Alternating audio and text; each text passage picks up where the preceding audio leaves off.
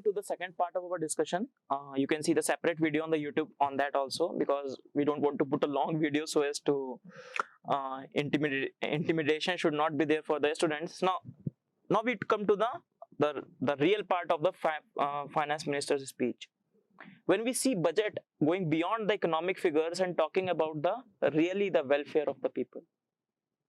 That is, I've termed it myself that itself is an aspirational document, and that goes to show the government wants to make it the theme of the government itself to make a new India by 2022, right? So what is the prominent theme of the budget? The prominent theme of the budget is ease of living. Earlier, government has focused on ease of doing business. Transformation from ease of doing business to ease of living, it itself is a thing that you need to understand. What itself is ease of doing business? Ease of doing business is to make things easier for the businesses from India and the abroad to establish in India. Work towards the idea of entrepreneurship. Work towards the idea of wealth creation. I'm coming to the theme of the economic survey as well slowly, because I will integrate this part of the session with the economic survey also. As you've seen in the taxation video, I've integrated it with the Niti Aayog's action agenda's recommendation. Similarly, here I will integrate the many topics with the economic survey, not only this year's economic survey, but also the previous economic survey. Now, from ease of doing business to ease of living, that is transforming the life, the qualitative life of the people, the very idea of good governance and the ethical governance reflected in the ease of living of the people. And ease of living will come according to the budget. First, we'll discuss, ease of living will come on the three pillars. Government has divided ease of living on these three pillars: aspirational India, economic development, and making a society that cares. That society that cares for all. Right? While the government was discussing the ease of living index, the citizen perception survey has been launched by Ministry of Housing and Urban Affairs. So you can see.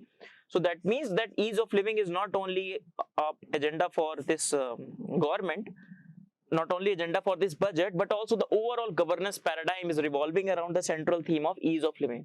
Even, in fact, if you listen the speech of the Prime Minister, not his political speeches, but all the other speeches in Man Ki Baat or the other speeches, many a times he refers to the idea of ease of living. Right? So there we will see that is why ease of living is one of the prominent themes. Now, so these are the three prominent themes that we see in the ease of living index, right? In the ease of living index is also been launched by Niti Aayog, on which they divide they rank the cities on basis of the ease of living. So ease of living, the three pillars, but also they have given the two hands that keep these two pillars together. That is the overall theme which with Nirmala Sitharaman has discussed this budget. The two figures, the two hands are government and the financial sector. And they are driven, we'll discuss when we'll come to, for example, each pillar we'll discuss. And then after that, we'll come to governance, whatever she has discussed, and then the financial sector, and when the session will be over. Now, this is directly from the theme that discussed in the survey, that is the invisible hand of the market supported by the hand of trust of the government. So, this is the invisible hand, the financial sector, and that is the hand of trust by the government. And with that will ensure that three pillars are stick together to finally ensure to make a qualitative impact into the lives of the people, and that is ease of living, right? Now, whenever the government comes out with a theme of a survey, for example, this year's theme is ease of living, and then pillars they have given. In 2017, they have asked in the mains, that is, we have to be very relevant to the question papers also. So they have asked one of the intended objective of Union Budget 17-18 is to transform, energize and clean India. Analyze the measure proposed in the budget to achieve the objective, mains 2017.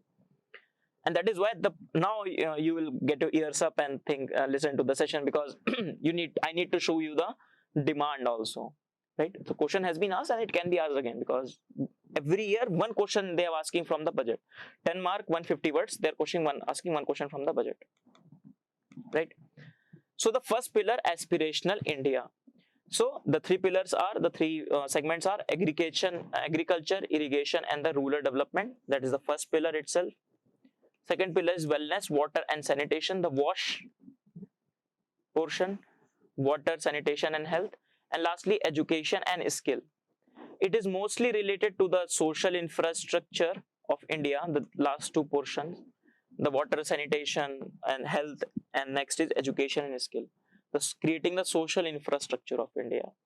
Along with that, the problem of handling the problem of agriculture. Now agriculture in India, as you've seen in the last 5 to 6 years, a lot of problem in agriculture facing not only the structural challenges from the economy, but also the outside challenges like climate change and the increasing the different the variable intensity and the frequency of the meteorological events like El Nino, La Nina, rainfall, monsoon, winter prolonging, summer prolonging, something like that. So slowly we'll discuss the three pillars. First pillar in the aspirational India, I made it a bit structural in a structural format so that it will be easy for you also to revise.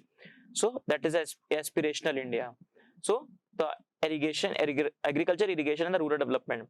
So they have devoted around 2.83 lakh crores on this agriculture sector. And the Nirmala Sitharaman has divided her, the honorable finance minister has divided all the agriculture initiative into 16 steps that she thinks that are going to help the Indian economy. Now I've copied it. I'm just telling you right from the start that I've copied everything from my speech. What you have to do, what I'm discussing in the class, that is more relevant, and I've highlighted the important factors also. So first thing she's discussing that we are because agriculture, remember, is a state subject. Now central government role is more of a supervisory role, just getting the model act, incentivizing state to make reforms. Do please reform. Many of the reforms they have been asking for APMC reform, right from 2000s they are asking to APMC reform, do APMC reform. If you write them, if you're writing means, you know that 5 years before we're asking writing that APMC reform should be implemented, and after 2 years also we'll be writing the same thing. That do APMC give catalyst to the catalyst should be provided to the APMC reform. So they have come up with the model act. For example, Niti Aayog has come up with different model act. For example, Land Leasing Act, Producer and Livestock Marketing Act for improving the marketing infrastructure in India. Then this Model Agriculture, Producer, Livestock Contract Farming and Services Act. So now we cannot go out and discuss about each act. That is because no. Also remember that whatever is written in the budget survey, especially budget, not the survey per se, that becomes really very relevant for not only mains but from prelims perspective. Every theme, every article becomes important. If you see the test series of the major institutions or the institutions, they'll pick up the schemes right from that. Now they will read the schemes. We'll discuss some of the historical themes also, the ancient history. Many of the themes will be picked up from the budget, and the questions will be asked again and again on those. So first thing, the Nirmala Sitharaman is saying that agriculture state government should undertake the implementation of following model laws. The model laws are given very quickly, or also go very quickly because a lot of things to be covered. Second, the water stress issue, right? When the Niti Aayog's report on comprehensive water management index has come, from that day to this day, the water stress, the government, when government agency highlights the water stress, then it shows that some really stress is there. Niti Aayog shows that in its report that by 2020, 21 metropolitan cities will run out of water, and that is a big threat we are facing, the threat to whole urbanization. And that is why last year budget they have come up with the mission ministry, a separate ministry of Jal Shakti, right?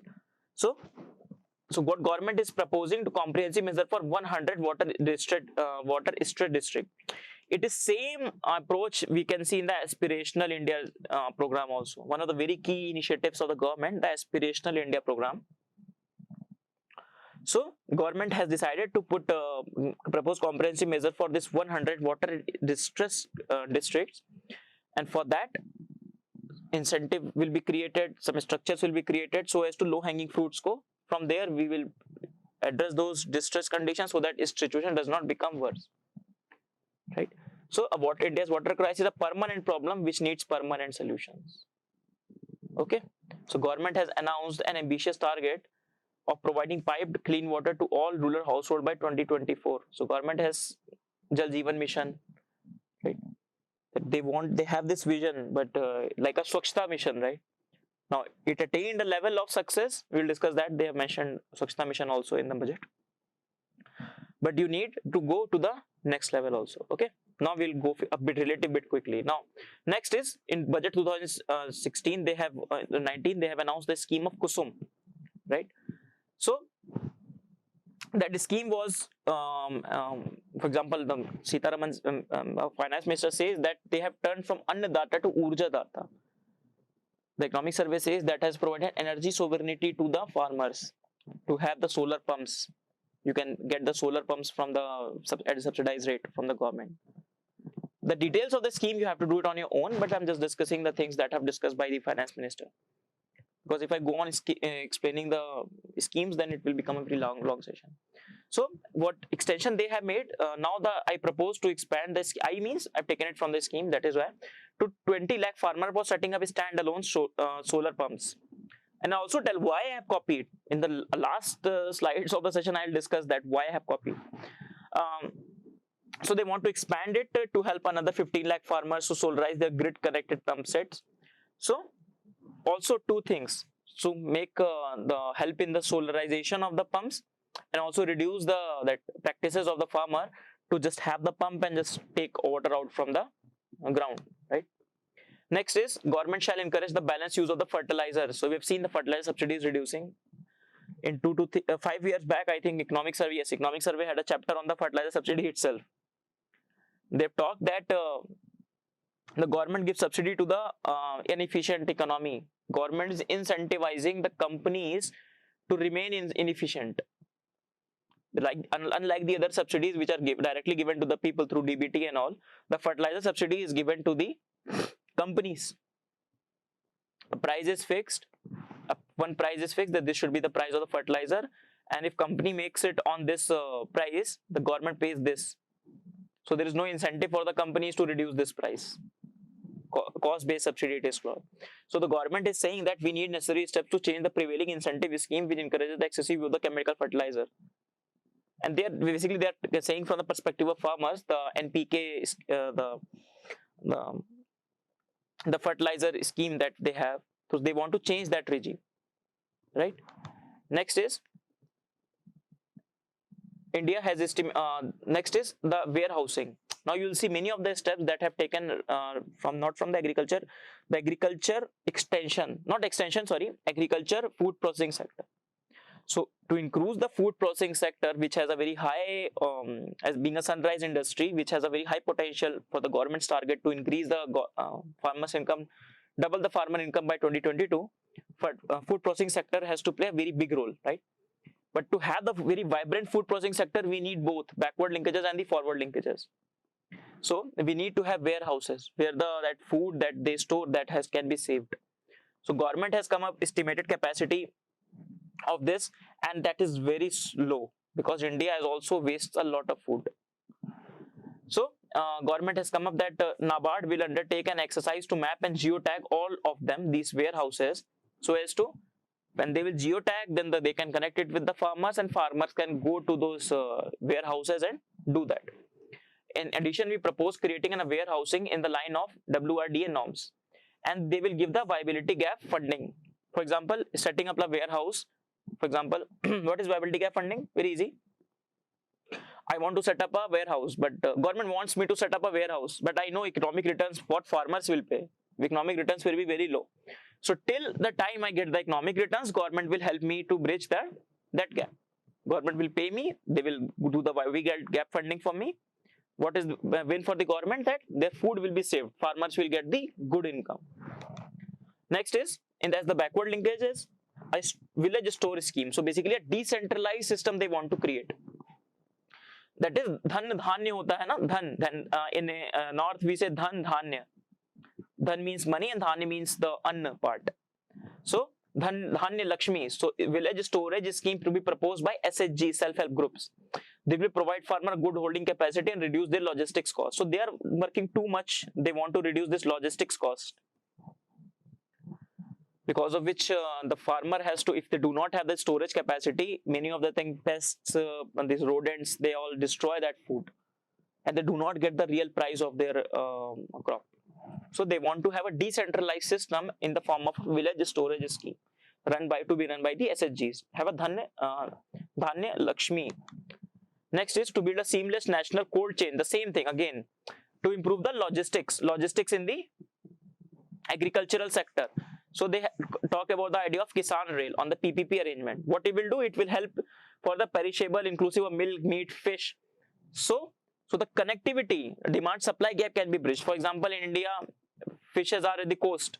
So if in hinterland someone wants to eat, the cost increases, and also the shelf life of the fish also is low. So with this, if something like Kisan Rail is there, which can provide the cold supply chain infrastructure in which the fishes and this perishable can go in a refrigerated format, the shelf life will increase, and obviously the people at the shore, at the coastal area, don't have to sell it to the, for example, someone in Kerala, they're selling their fish to the people. A lot of supply is there in the coastal state, right? Supply demand. Supply is too much and demand is constant almost when the price are low. Now, if some of the supply goes to the hinterland, Telangana or some in the north area, then the price equilibrium can be maintained and the fisherman and the other people associated with it can get a better livelihood, good price for their work. Next is Kisan Udan, the same again logistics, but going to the through international route. Will be launched a Ministry of Civil Aviation on the international and the national routes. It will improve the value realization, especially in northeast and the tribal district. And it is especially for the premium products. For example, national agri-export policy has come last year, 2018 it has come, and it has argued for it to have some mechanisms through which this premium products, especially from northeast area, some of the premium products happens and that is consumed locally. So have that premium product, the GI food items, to export them, right? Next is horticulture sector. I guess 2 years back, horticulture has surpassed the food grain production in India. It is currently produced 311 million metric tons, but exceeds the production of the food grains. For better marketing and export, we propose supporting states with adopting a cluster basis focus on one product, one district. So in horticulture sector, states are incentivized to provide clusters in the district. For example, strawberries. I've read in some of the best case study that strawberries in one of the Meghalaya, I think, they are very famous, and if that can be developed, and that was developed, and it brought about prosperity to those people also. So if you have some scheme like one district, one product, one district scheme, so the cluster based thing can happen, and more value realization and economic scale can be attained.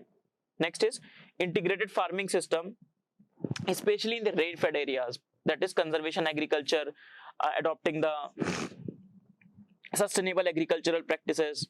So multi-tier cropping, beekeeping, solar pumps, zero budget natural farming, too much in news. And again that becomes very relevant from both pre and base. What is zero budget natural farming? Composing of the Bij Mitra and using the organic material. There is zero budget natural farming. There is no outside material, no outside chemical, no input money to be in use. That is why it is zero budget. A portal of Javik Kheti, organic farming, an online national organic product market will also be strengthened. Because one of the issues with these products is, for example, organic products are premium products. They have a relatively more cost. So they should reach to their audience also, their consumers also. For that, we need some standardization, we need some markets, some online markets through which the bridge between the, because there will be very premium, if these are premium products, then there will be very specific people who will be asking for these organic things, those who have large disposable income or something, right? So what is integrated farmer management? This year I think means question was asked also.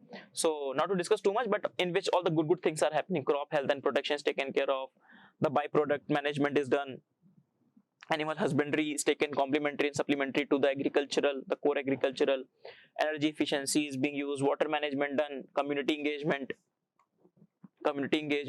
organization and planning, like that. Next, financing on the negotiable warehouse receipt. It has crossed more than 6,000 crore, and this will be integrated with ENAM. So what is NWR? So basically what it is, farmer submits his grain into a warehouse, So he gets a receipt. Now he gets a receipt. For example, he's given 10 quintal of onion. So he'll get receipt that he has submitted this much, and for this, having this receipt, he can go to some other place asking for finance for his next crop, because his onion has not been sold in the market. Understand that. The same thing we'll discuss in the MSME also. His onion is not sold. His onion is not sold. It is just placed in the warehouse. But with that receipt, with this NWR, he can get some money and finance from the formal lenders to plant his next crop, right? So they want to integrate with ENAM. Next is NBFCs.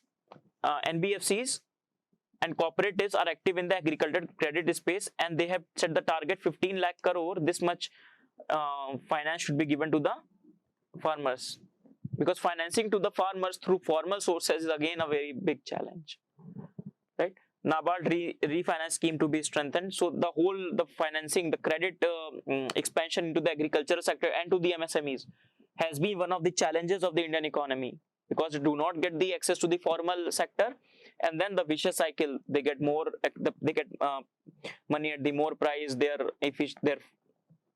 economy of scale is not there. They get very less margin, and they again have to give back the money back. So the profitability reduces, and also they have to commit suicides, because if they cannot do that part, if they cannot pay the thing, right? Next is the blue economy. Our government proposes to put in a framework for development, management and conservation of marine fishery resources, and that is the common thing that has been discussed. Blue economy has been in news for so many years. So the idea of blue economy is the same, right? For example, we discussed Kisan Rail. So blue economy is basically taking the whole blue economy is not only in news because of the government has come up in framework blue economy long ago. The Jal Kranti they talked about. So from that, the livelihood of the people dependent on the fishes, dependent on the other sea products, that will be taken care of, and government will put a very extensive focus on this.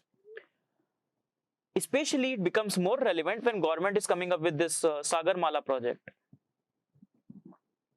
Sagarmala project, one of the component is coastal community development. CCD, not the CCD you are thinking, but coastal community development. So that coastal community development part has the same component to develop the livelihood and the people at the coastal area. Next is they under Deen Dayal Antyodaya Yojana, elevation of poverty, this have been mobilized to further expand the SHG. So just see what the Deen Dayal Antyodaya Yojana is. It is with respect to helping out using the for SHGs, some livelihood promotions activities are taken care of. So using SHGs as a moving vehicle, because SHG is also topic in your GS too. So if SHG question come, you can quote the budget directly. Budget has talked of SHG, use of SHG for Dhanya Lakshmi and for this. Next is youth, taking the importance of the youth in the coastal area, the blue economy thing, right? So use of the growing algae, seaweed, cage culture to improve the quality and the quantity of the fishes. One of the good case study I've done from the Niti Aayog, that was Matsya Mitra in the Jharkhand. You must have heard that if you want to increase your marks in the GS papers, you need to know many of the good case studies. So one of the good case studies, Niti Aayog's Matsya Mitra in Jharkhand. So there they have discussed that we need, for example, similarly they have proposed Sagar Mitra, and this fish farmer produce organization. They will be in that, the youths will be involved, and so that the employment is done for the youth. For example, someone has done some skill in marketing. So they will be involved in these FPOs, working out with the farmers to produce a supply chain, right from the source to the market, right? So as to give them, helping everyone in the supply chain, giving the youth the employment, giving better price discovery to the farmer, and not so that all the food does not get wasted, right? Next is the government intends to eliminate this disease for the vets, food and mouth disease, the PPR in the sheep and goat, because if these species are there, then for example livestock census also happened I guess in the October month. So there also, why government is putting a lot of effort on the livestock, because the government aim is what? Doubling the farmer income by 2022. Only one state has been able to do. The Niti Aayog or the Ashok Dalwai committee made the study. Ashok Dalwai committee was formed for this target only, the for making recommendations so as to ensure that the farmer income doubles by 2022. So that Ashok Dalwai committee came up with the recommendation. One of the state was able to do, I think in that case state was Odisha, that was able to do. And with why they were able to do? With respect to livestock. Hence, in the allied activities with respect to agriculture, we need to invest a lot. By investing, we need to take care of the health of the animals also. And for that, this you have to eliminate foot and mouth disease, brucellosis in cattle, and all the disease. Now, what is your homework? Just search for the diseases from your science and tech portion, biology, right? Further, we will facilitate doubling of the milk processing capacity. The same thing I talked about. The same central theme, if you can pick one central theme in agriculture, is the improving the logistics, improving the processing, connecting better connection of the markets and the source, financing. These are these for the central themes in the agriculture agenda, 16 agenda, right? So agriculture is over. Now next pillar in the aspirational India pillar is wellness and water and sanitation. Now agriculture theme is big. Now every theme will go very quickly. Every pillar will go relatively quickly. So government's vision is the wellness of people. For example, in the Ayushman Bharat scheme, one of the component is health and wellness center. So they want to convert this health care into the wellness of the citizen, from health insurance to health assurance, from reactive and the reactive healthcare to a preventive healthcare. When we feel sick, when we become sick, then we go to the doctors. Government wants to promote the wellness of the people so that the probability, I will not say that they will not fall sick. Obviously they will fall sick, but the probability of getting sick reduces, right?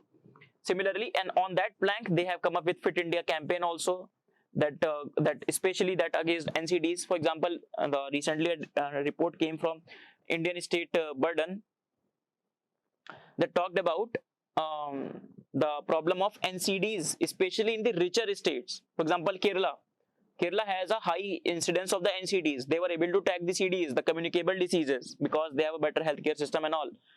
But due to consumption of junk food, sedentary lifestyle, not focus, not too much attention on the walking or that thing, the NCDs are prevailing. The diabetes, the India is on a way to become the diabetic capital of the world. We've discussed in the current affair classes, October current affair classes, we discussed in detail that, right? So we have Fit India movement. Next, they want to improve that PM Jan Arogya Yojana, the thing that we discussed, right? So there are more than 20,000 impaneled hospital. One of the videos that I've seen, the problem with this Jan Arogya Yojana was that many of the hospitals are not getting impaneled into it. Many of the hospitals, especially in the tier 2 and tier 3 cities, and that on that backdrop, they have brought about a reform, or they want to improve that. They are giving again the viability gap funding to those hospitals in the PPP mode for tier 2 and tier 3 cities, right? In the first phase, they are focusing on the aspirational districts I've discussed, right? So there are around 122 districts are there, 112 districts are there. Just please check the number. 112, 117 districts are there that will be covered, where presently there are no Ayushman impaneled hospital is there. So they will be picked up first of all, right? Next, using the new technology, the Industrial Revolution 4.0, using Industrial Revolution 4.0, machine learning and AI in the Ayushman Bharat scheme, health authorities and the medical fraternity can target this. You are using these technologies for the preventive regime.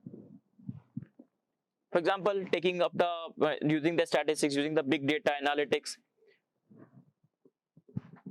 trying to figure out the patterns, month-wise pattern. For example, dengue in Delhi happens in particular months. So before that, we roll out the preventive healthcare, preventive measures. For example, Arvind Kejriwal government recently re-elected came up with the idea that 10 p.m. and at 10 p.m. everyone takes that locked water out of their home, and some very good involvement of the people also. People also involved enthusiastically in that. Next, government's ambitious program to reduce the TB, tuberculosis. TB हारेगा देश जीतेगा. The TB will lose and the country will win. That campaign, especially in the light of the multi-drug resistant TB, because TB is one of the big crises in India. On the global level, they have WHO has come up with a program to reduce it by 2030, but the Prime Minister has taken upon a war footing that we will try to end tuberculosis issue by 2025. Next, I propose to expand the Jan Aushadhi Kendra scheme to all districts, offering 2,000 medicine and 300 surgeries by 2024. So I have been to Jan Aushadhi Center, and it is the good one, as in they give the generic things, the generic medicine, and the out-of-pocket expenditure that is one of the reports claimed that 70% of the expenditure of the people on the medicine. The whole idea is to reduce that, so that people get the generic medicine. That these kendras can also do as an awareness center, because many of the doctors prescribe only that branded drugs because they have themselves some incentive to it. So Modi ji in his Man Ki Baat around 2 years was focusing too much that the doctor should come up with the responsibility, the doctor social responsibility, something like that, so as to help people that they should not recommend the patented drugs. They should recommend these generic drugs. So I have provided the healthcare sector about this much funding has been provided, 69,000 crore, inclusive of 6,400 crores for Jan Arogya Abhiyan. Next, government is committed to ODF plus in order to sustain ODF behavior to ensure that no one is left behind.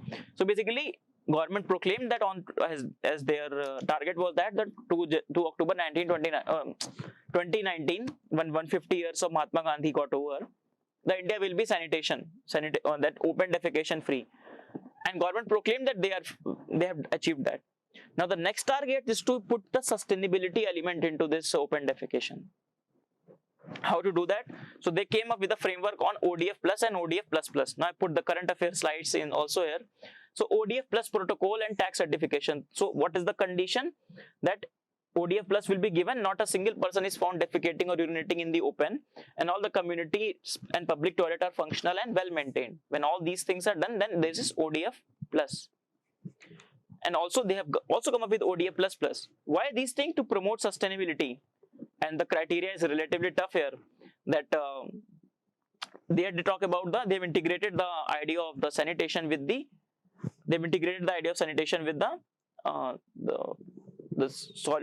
waste management, solid waste and liquid waste management.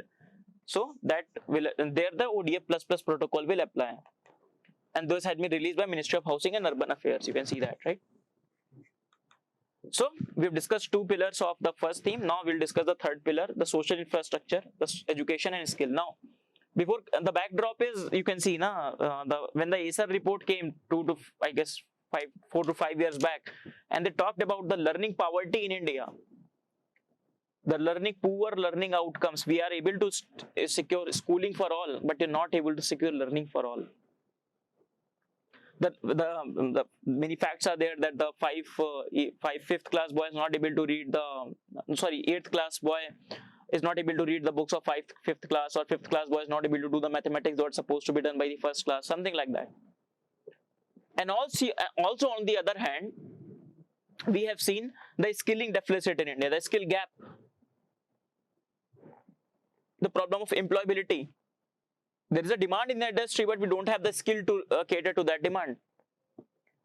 So for that, India has taken on the war footing the Skill India mission. National mission for Skill India has been published, the separate ministry has been given, right? So I think you are doing that in your governance portion, but what the budget says, first of all, by 2030, as they are saying that the largest working age population, government economic survey has also given so much analysis and put so much focus on the skilling portion. So with respect to these reality, they want to introduce one new education policies. Earlier, TSR Subramaniam committee recommended a policy, then it was amended a bit by Kasturi Ranjan, and last year draft also came. They just have to announce this education policy. In 2017, the health policy was asked, and the prelims question was reflected. So if the policy on education is coming, then you should put that in your prelims calendar. One of the few provisions of draft policy were, for example, the putting the cap on the weight of your the weight of the bags. Second, reducing the syllabus because too much pressure on the children, right? And they were very and some very structured provisions were there for the holistic development of the education sector, tackling the issues facing it. So government has provided 99,000, around 1 lakh crore for the education sector and about 3,000 crore for the skill development. Next, so they also, for increasing the funding in the education sector, they want to they're sourcing money from this ECB, external commercial borrowing, and FDI, because the funding issue is there, right? Every committee comes out right from the 1986. Every committee is saying that 6% of the GDP should be education, 6% GDP. So from where the money will come? Government, you can see the budget is overpacked. They cannot go fiscal deficit. They have other priorities also. I'm not justifying the government stands, but I'm telling you that. And for that, they have tried to source the outside money. FDI is trying to bring FDI and external commercial borrowing into the India. But again, the pressure on the government will come from the students, that privatization thing. If they increase the prices to retain the profitability or something, then again the problems will come. So what they again one thing proposed, 150 higher education institution will start apprenticeship embedded with degree diploma course by March 2021. So that is taken for the skilling, for more industry academia linkages, because in India industry academia linkage is missing. What we learn in the academia, that is not required in the industry. Industry has moved far miles ahead. So for that they need extra course. For example, someone told me that Wipro, Infosys have separate programs for the people, separate programs for they take the people, they take just they invest into the person. That person is skillful, okay, he can learn, then they do all the training by themselves, then those people are getting into the service in Wipro and Infosys, the training period. Next is, this one is interesting. So what they're proposing, that the ULBs, the urban local bodies, will have provide internship to the engineers for up to 1 year. So it will be win-win for both the things. For the engineers, that they will have an experience in the government sector, and the win for the urban local bodies, that the manpower shortage they talk about, right? The manpower deficit, World Bank report and also the economic survey report talk about the manpower deficit in the urban local bodies. So they can help in that, but it should not remain a bureaucratic exercise. For example, just for the sake of certificate shop, they should not become a certificate shop. As the students or engineer go, they do their own work, they just go there, they put attendance in, or even some people do not do that, they get the certificate out and the internship is over. So if substance is needed, if done in the spirit, it can help. Both win-win situation it can create. Next, so next is, in order to provide quality education of the students to deprived section of society, so they do not have access to higher education, it is proposed to start degree level full-fledged online education program, right? And they're proposing that it can be done by the top 10 in the NIRF, done one framework given by MHRD. MHRD brings out this framework, and MHRD brings out this framework, and they talk about that they put the colleges and the universities in some framework that is for, you have to see from your own, and in the top 100 institutions can develop these online courses which can help these the inclusion part, the equity part of the education system, right? You can see that to those people who do not have access to the higher education. Next is this India SAT program. So what basically SAT you must have heard, right? So what India SAT is, those students from outside India, they want to study in India. Those who want to study in India, they just clear this exam and they can come and get some scholarship also, and they can have the higher studies in India also, right? So budget 2020 India SAT exam to provide scholarship to the Asian African student to study in India. Okay.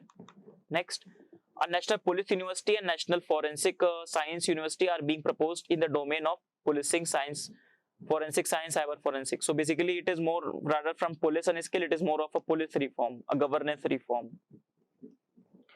Too much needed. For For example, is still that guideline of the Supreme Court that the law and order and the investigation function should be separate. That has not been done. Police is facing a lot of problem. The problem that the whole criminal justice system problem can open up if I discuss that. So it can be seen more as a police reform. If you're writing a mains answer of police reform, you can quote this as an initiative by government. Next, they are proposing a special bridge course by the Ministry of Health Skill Development together with the professional to bring in the equivalence of to bridge the huge demand for teacher, nurses, paramedical staff and the caregivers abroad, outside India, especially in Japan. I have read that in Japan, you know that Japan is an aging society. So a lot of people above 60 years are old and their care economy flourishes like anything. So there is a large deficit in the human power, and similar like in many Western countries which are aging very quickly. So there our people can go because we have a demographic dividend, right? So have some bridge courses like that, and we can have them employed there. That's a good initiative. So just to reiterate, the Indian side conducted in the Asian Africa under the STD in the India program. We have discussed that degree level online program. Now coming to the second pillar, economic development. We'll quickly wrap up this pillar because majority of the things are will be discussed in the financial sector also.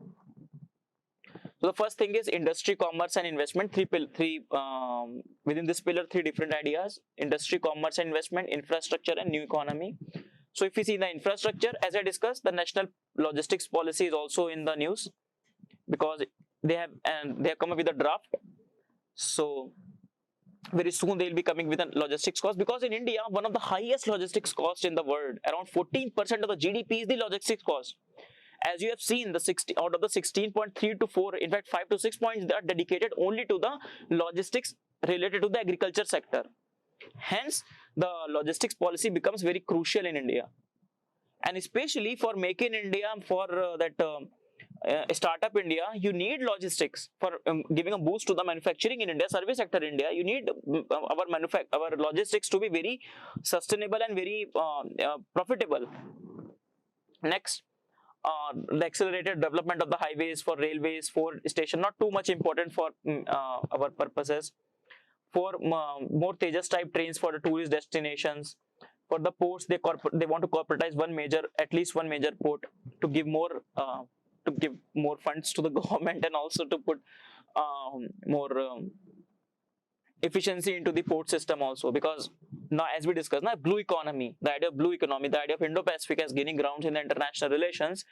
We need to look beyond our common sources of economy and develop our blue economy holistically. The same is thing Udan. So 100 more airports are developed under the Udan. Udan schemes have been in the news last year, so not too much. Power, efforts to replace that thing we discussed, the conventional energy with the smart meters, the net metering thing. You discussed you should do Google or study about net metering. So they want to expand the national gas grid to this to 27,000 centimeter. So again, to bring about more efficiency. Infrastructure financing, this we'll discuss. National infrastructure pipeline projects have been announced. We'll discuss that in detail. And international bullion exchange to be set up at Gift City in Gujarat, right? Next, industry and commerce investment. So national technical textile mission for the period of 4 years have been asked. Textile has been one of the labor intensive sectors of India, which has the potential to provide a lot of jobs to the people. The labor intensive economic growth, that should be the target of the economic growth. Similarly, a scheme to encourage the manufacturing of mobile phones, electronic equipment, semiconductor packaging. Recently, the big plant of Samsung that has opened in near the Noida. Narvik scheme is too much in news. It is very potential scheme for your mains for prelims examination. Narvik scheme is incentivizing for the people who want to export. So setting up the investment clearance cell to provide the end-to-end facility. Also, the setting up the investment clearance cell to provide end-to-end facilitation. So someone wants to invest in India.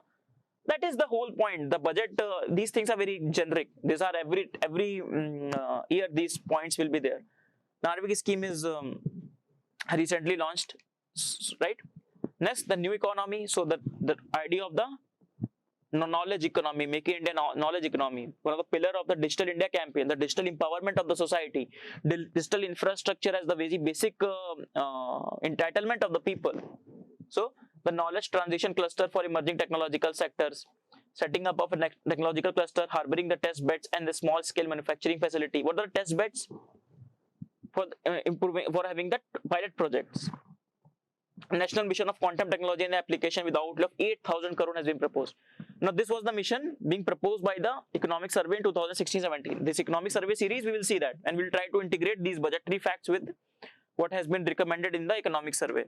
So economic survey recommended that to improve the science and tech infrastructure in India, we need to put specific money to the mission-based projects. Rather than giving money to the institutions, we should give money to them also, but we should give definite funding like this 8,000 crore for quantum technology and application, rather than giving it to the some XYZ institution that do develop these technologies. Giving mission wise, not institute wise, right? Now from the second pillar, we quickly move to the third pillar and the last pillar of our discussion, that is the caring economy, caring society, creating a caring society for the people. That is the whole point of aspirational India, right? A society that cares not only for the people who are the higher level of social mobility, but who are at the antodayas, who are at the bottommost at the ladder. Gandhiji said, right? Wiping the tears from every eye. The SDG strategy, that is Sustainable Development Goal strategy, talks about leaving no one behind. So that is the caring society that we're talking about. Because essay themes are not only important from pre or mains, the essay also can come on this thing, caring society or something aspiration India, that these questions can come directly in the essays also. You can see these words. So basically 3 pillars of caring society. A lot of emphasis I've given it because relatively more points are there, specific points, so that is why. So women, child and social welfare is one point. Second is cultural tourism, and third is environment and climate change, the sustainability part. First, women, child and social welfare. So in spite of the criticism of Beti Bachao Beti Padhao scheme, for example, criticism came that around more than 50% of the budget has been spent only on the advertising part. So they have said that they are pleased to inform the House that this scheme has yielded tremendous results. The gross enrollment ratio of the girls across all level of education is higher than the boys. So she has given the figure in her speech also, that at the elementary level 94% girls are there, 89% boys are there, secondary 81%, and then the corresponding figures. She has also said that around 35,000 crore rupees are provided for nutrition. The basis of that comes from the economic survey, one of the chapter in the previous, I think 2015-16 economic survey, very old economic survey, but all the talks of economic survey is relevant. So they talked in a chapter on mother and child. So they talked about having an early investment into the mother and the child. If we invest early into them, then we can reap the dividends later on, right? So for example, if we invest in the nutrition of mother and the child, then there will be the whole talk of preventive healthcare, right? What is that? The whole point of wellness that will stem from if we eat the right things, then what will happen? For example, if you have some issue, one of the medicine given by the doctor is multivitamin. What is the multivitamin? If everything comes from your nutrition, then why you need those medicines? Why the out-of-pocket expenditure should be there on that, right? So that is why the economic survey unit talked about mother and child. Okay.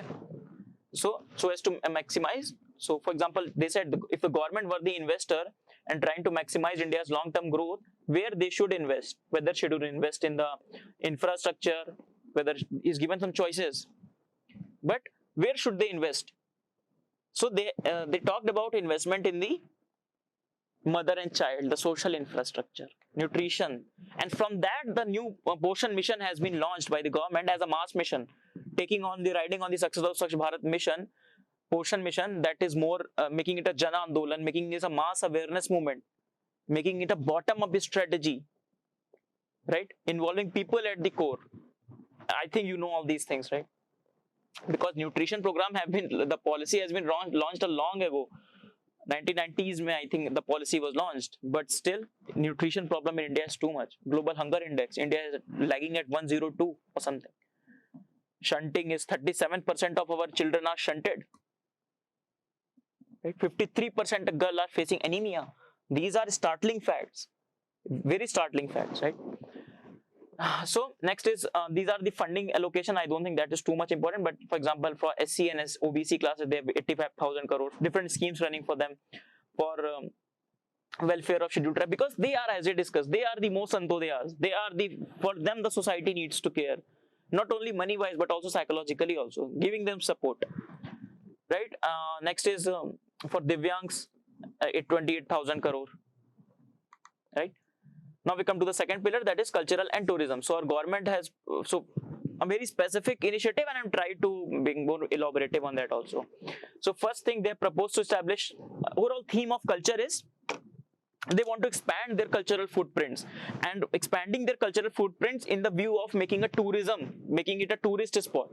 So it will have a win-win situation. Your culture will be expanded, the visibility of the culture will be more, and also that creates avenue for the jobs for the through tourism. Right? So and also they're focusing too much, this budget has focused too much on museums also, museum and archaeology. We'll see that every step you will say museum and archaeology has been given a separate attention by the government. So the government proposes to establish a national institution for heritage and conservation under the Ministry of Culture. It shall have the status of a deemed university to start with. So the focus on museology and the archaeology is there. And they are saying that manpower handicap is there, and that affects the tourism. That is why they want to have a separate institution for that, right? So India has moved up. For example, government says very proudly that we have moved up from 65 to 34 in the travel and tourism competitiveness index given by World Economic Forum. And they say our foreign exchange earnings also grew.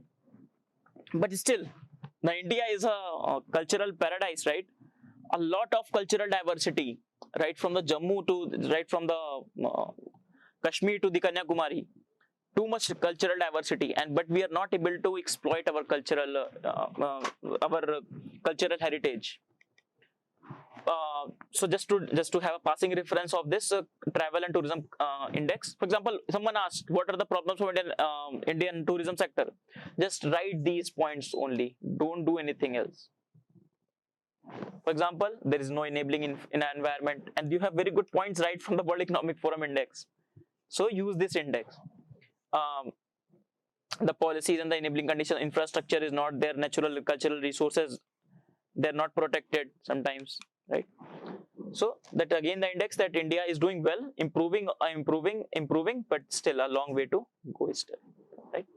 Small countries like Hong Kong, Singapore, you can see, New Zealand, Malaysia, Thailand, they have a better score than us, while we are this is one of the soft powers of India also, right? So we need to do expenditure in that. And also tourism creates a job for the people at the grassroots level. So that is why tourism is also important, because the government itself is facing a lot of credibility crisis because not being able to provide the jobs that they have promised in the election manifestos. So that is why they need to invest in this labor intensive service sector, but labor intensive sector. So that is why government has allocated 2,500 crores for this tourism. Now they have said that 5 archaeological sites would be developed as an iconic site with on-site museums also, as we discussed, archaeology and the museology. So they have said that the 5 archaeological sites they are developing. So they are first Rakhigadi, Hastinapur, Shivsagar in Assam, Dholavira in Gujarat, and Adi Chanalur in Tamil Nadu. Pardon my pronunciation, but Adi Chanalur in Tamil Nadu. So Rakhigadi in Haryana. We'll see one by one. I have put it for your information also. So Rakhigadi is in Haryana. It is one of the pre-Harappan sites. More details you can see because we are not discussing ancient history and art and culture, but still, it's a pre-Harappan site. Very big site is there. A lot of revealing factors have come on the information of the Harappan civilization. So this is the Haryana state. This is Delhi, right? This is UP. So this is the location. This is again the image from the Rakhigadi. Next is the Hastinapur. Hastinapur, you know, right? The capital of the Kuru in the, I don't know history or mythology, but the Mahabharat Yuddha, the Kauravas and Pandavas, right? So Hastinapur was the capital of the Kurus. So that is a temple there. So it is in the Meerut district of UP, Meerut district, and is also included in the NCR. Next is Shivsagar. Shivsagar is It has the lake named Shiv Sagar also. Shiv Sagar Lake is there. You can see in the Assam. You can see on the southern bank of the Brahmaputra, and a lot of cultural heritage is there. Next is Dholavira. Dholavira again Harappan site, Harappan Mohenjo-daro site. You can see the location here. So it is on the Tropic of Cancer. It is on the Tropic of Cancer, and it is said to be one of the, I think the most, just check that out, that it is the one of the most biggest Harappan site, Harappan Mohenjo-daro site. Asian wonder of Gujarat. Largest Harappan site known to exist. One of the largest Harappan sites known to exist. Other details, you just have it from your art and culture thing, right? Next is Adi Channalur, that is in the Thukudi district. I'm really sorry for the pronunciation, but that is a cultural archaeological site. Only 15 kilometers from this site was the capital of the earliest Pandyan kingdoms. So the news of Hindu also says that this site belongs to the period of this so much back, 905 to 9696 BC, right? So some archaeological heritage that has been recognized by the government, and they want to establish museum there. The recuration of Indian Museum in Kolkata, it's a good museum, so government has decided to put money for the funding of the museum to promote tourism, and that has been the theme of the tourism, right? One more museum is there planning, that is, it is mentioned there also, this crore rupees for museum in Lothal. So Lothal is again a Harappan site. So for you, that will be an armchair recommendation, but still just try to revise the ancient history, ancient Indus Valley civilization along with the cultural, the Indus Valley things. So Lothal is a Harappan age, a maritime site near the Ahmedabad by Ministry of Shipping. Actually, Lothal was said to be one of the port sites. You can see the location here, a very port, you can see location here, Lothal. So a port location was there, and people have found some sort of granary or some sort of port was there, from which, because Indus Valley has a very large civilizational ties with the outside world, right? The other civilization that developed that period of time. So Indus Valley have the linkage with those also. So from that period, this you can see this Lothal thing. Next, the last pillar, I think, the environmental and the climate change. So India is proud to have the other international, after the International Solar Alliance, India is proud to have this headquarter of this coalition for disaster resilient infrastructure in India. And the Prime Minister in his recent speech have discussed about it extensively. And that is one of the India's commitment towards the environment and the climate change. Coalition for disaster for resilient infrastructure. Just like we advertise too much for ISA, International Solar Alliance, and we also some progress has also been made, and similarly for CDRI. So what is CDRI? I have just taken this screenshot from the Wikipedia. So headquartered in Delhi, first of all, check that, and founded at New York, promote resilience of the new and existing infrastructure to climate and disaster risk, thereby ensuring the sustainable development. So basically, I think you have done your disaster management. So it is said that the risk is equal to the core equation that, along with the disaster management, relies upon that hazard into vulnerability divided by coping capacity, right? So what this resilient infrastructure will do, it will reduce your vulnerability and will increase your coping capacity. So when vulnerability is decreased and your coping capacity is increased, the overall risk is reduced. And if you remember, one of the themes of the Sendai framework of the disaster management from 2015 to 2030, that is there. And this is a screenshot from your economic survey volume 2 this year. 6th chapter is there, sustainability and climate change. So I've taken directly the screenshots. You can pause it and read it there, because that much is required for this, for prelims. So it is in the coordination with this this Sendai framework for disaster risk reduction. Just one second. And the Paris Climate Agreement. So that, I think you know this trilogy, right? This Paris Agreement, this Sendai framework, and this SDG. And this all ensures the well-being of all and sustainable development and everything. So convergence of all three, and that is the idea level, and the CDRI is at the implementation level, having tools to achieve this task, right? Next is some of the recommendations of Niti Aayog action agenda has been followed. For example, they have recommended that the old thermal power plants, for example, we are trying to switch to the renewable energy that we've discussed in the new economy also, one of the pillars earlier, that thermal power plants that are old, they need to be replaced, and those carbon emissions are high, they need to be replaced. And so those utility need to be closed down and above the preset level, and land to be vacated for the alternative use, as in just replace them with something else. Try to switch from that so that environmental is not destroyed or something. Next, it's a long lecture, but still we have to cover it, right? In the large cities having a population so basically they're talking about no concrete step has been taken, they've allotted some money.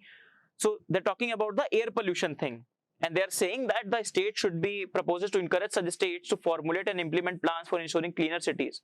But no concrete things has been given to in the budget, and that is one of the big problems of the air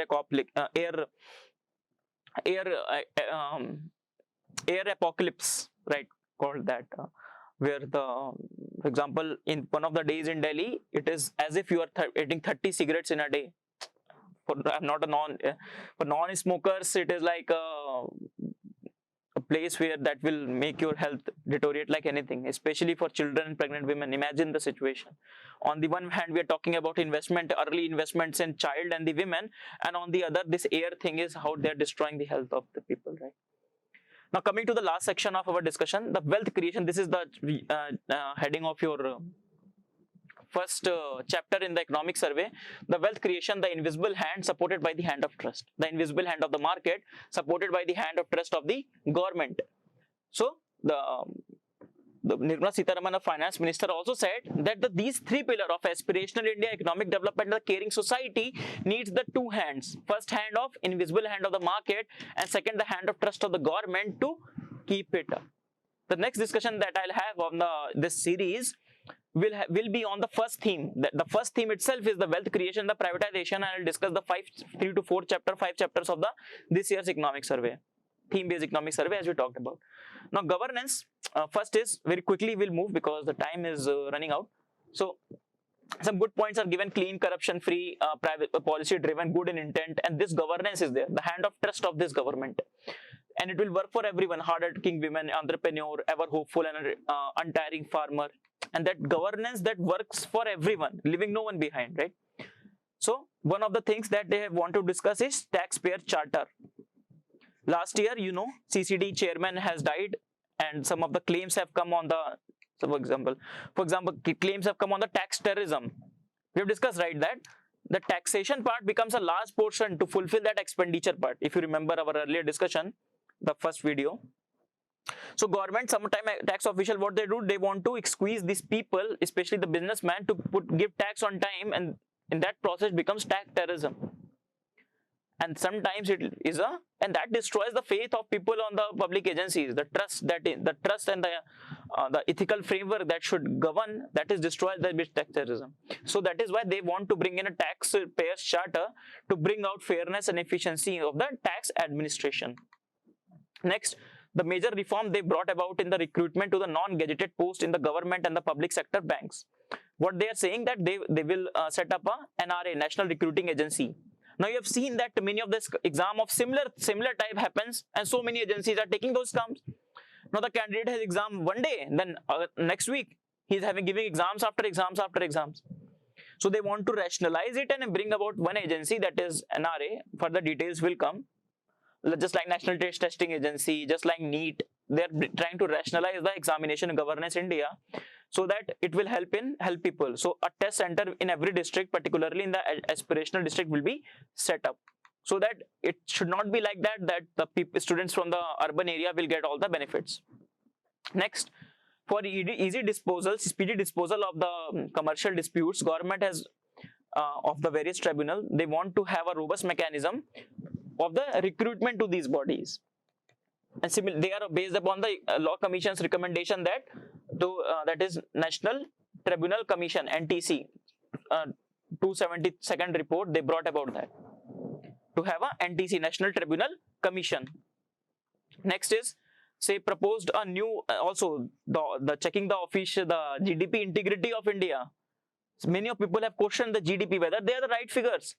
The statistical integrity of India is in question, and the government has announced the national policy on official statistics that would use the latest technology, and they will try to modernize this data collection, integration, information.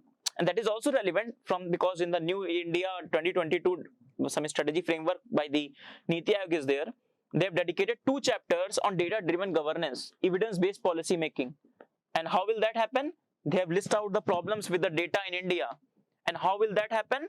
When we have the we have some policy, we have some integrated and universal data is there. They have also suggested some of the recommendation, and on that basis this policy has come. So similarly, this chapter, the 10th chapter in this recent economic survey, will discuss that very quickly. In the next coming weeks, the video will be uploaded. That is India's GDP overstated? And the economic survey themselves answer that no. We'll discuss that in detail. So that was the first hand, right? That was the hand of trust of the government. Now we'll discuss the invisible hand of the market. That is the invisible hand. So a clean, reliable and robust financial sector is critical to the economy, and our effort to achieve the $5 trillion economy, financial architecture should keep evolving and move from strength to strength. Now we'll discuss a few of the things that I have discussed. First of all, this deposit insurance and credit guarantee corporation. So it provides, I think you know, because banking, I think you must have read. So earlier they used to give the insurance coverage to the depositor for 1 lakh. In case bank goes insolvent or money is there, they will give 1 lakh rupees minimum. So that has been increased to 5 lakh rupees. Last year we have seen a lot of problems in the banking sector, especially the cooperatives.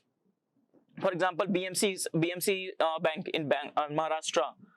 Many of the banks defaulting on their promises. So that is what government has come up with to strengthen the cooperative bank, bring about the corporate governance into these.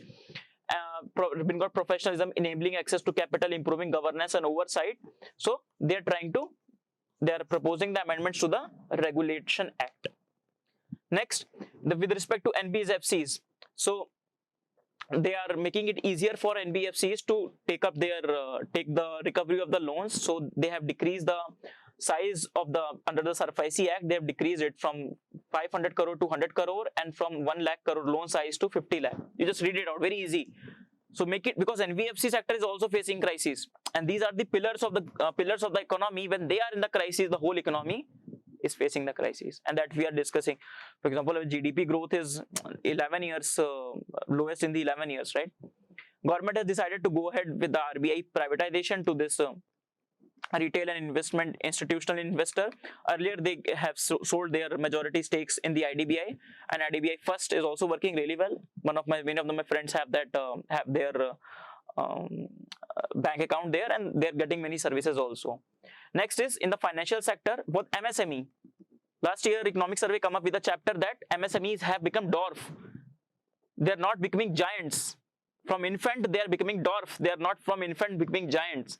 The MSME sector, the silent engine of Indian economy, is facing a lot of trouble, and for that they have come up with some initiatives. For example, they are saying to improve their economic and the financial sustainability, the trades platform. The same thing that we discussed in the agriculture.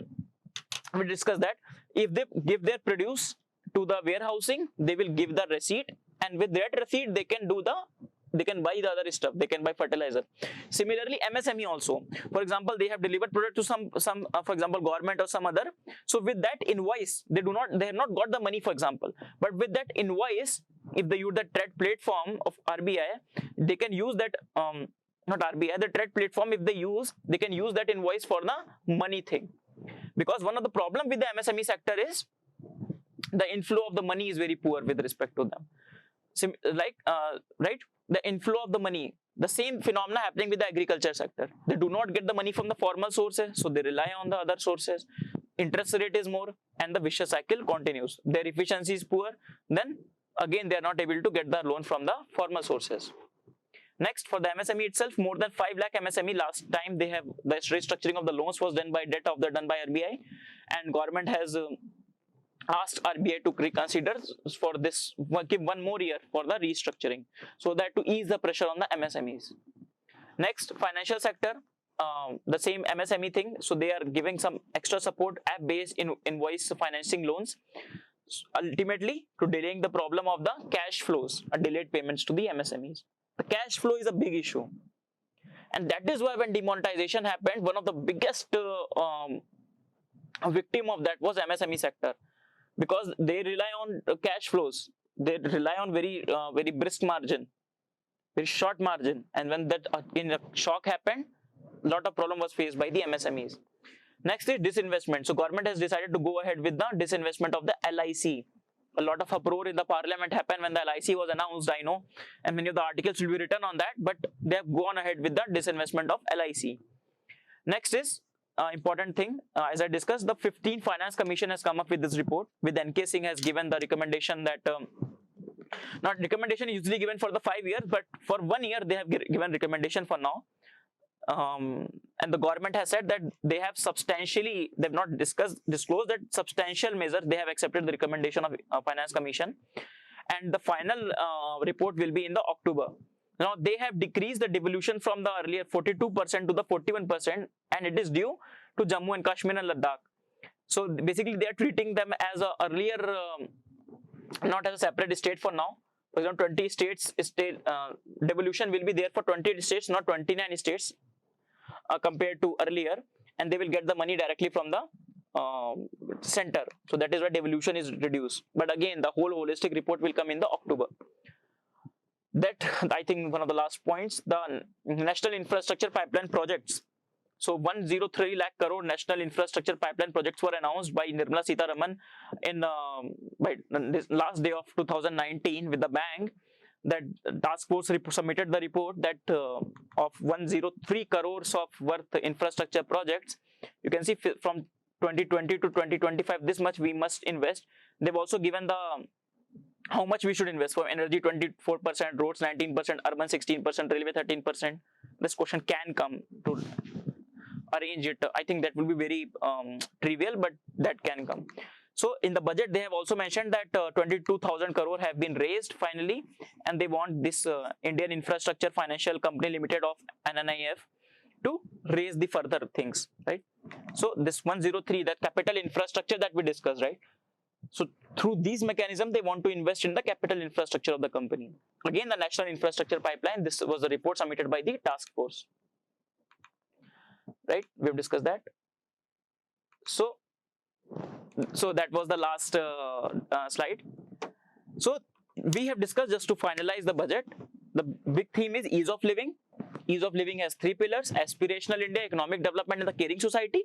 And these 3 pillars will be supported by 2 hands. One is the invisible hand of the market, and one will be the hand of trust of the government. And with this is the whole theme of the government, the whole theme of the budget.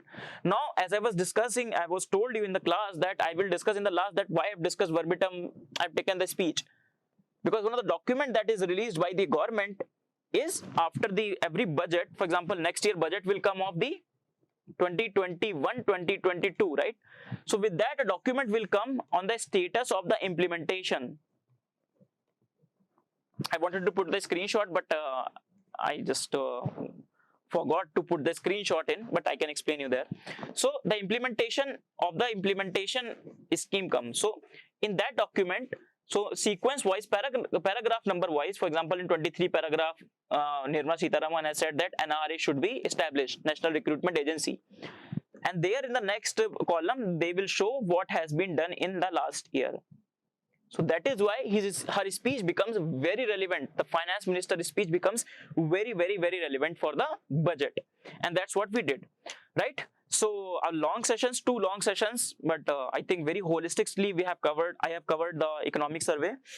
So in the next class when we'll meet, we'll talk about the economic survey. We'll begin with first theme, the wealth creation entrepreneurship, and we will try to cover 4 to 5 chapters of this year's economic survey. And from the next theme, we will try to diversify as we promised in the theme-wise economic survey. Till then, keep revising. This budget becomes very relevant and should be a cornerstone for us. Like around 110 days are remaining for your prelims, so becomes a cornerstone of your preparation. Try to use the facts in your mains examination, and thank you. See you in the next class.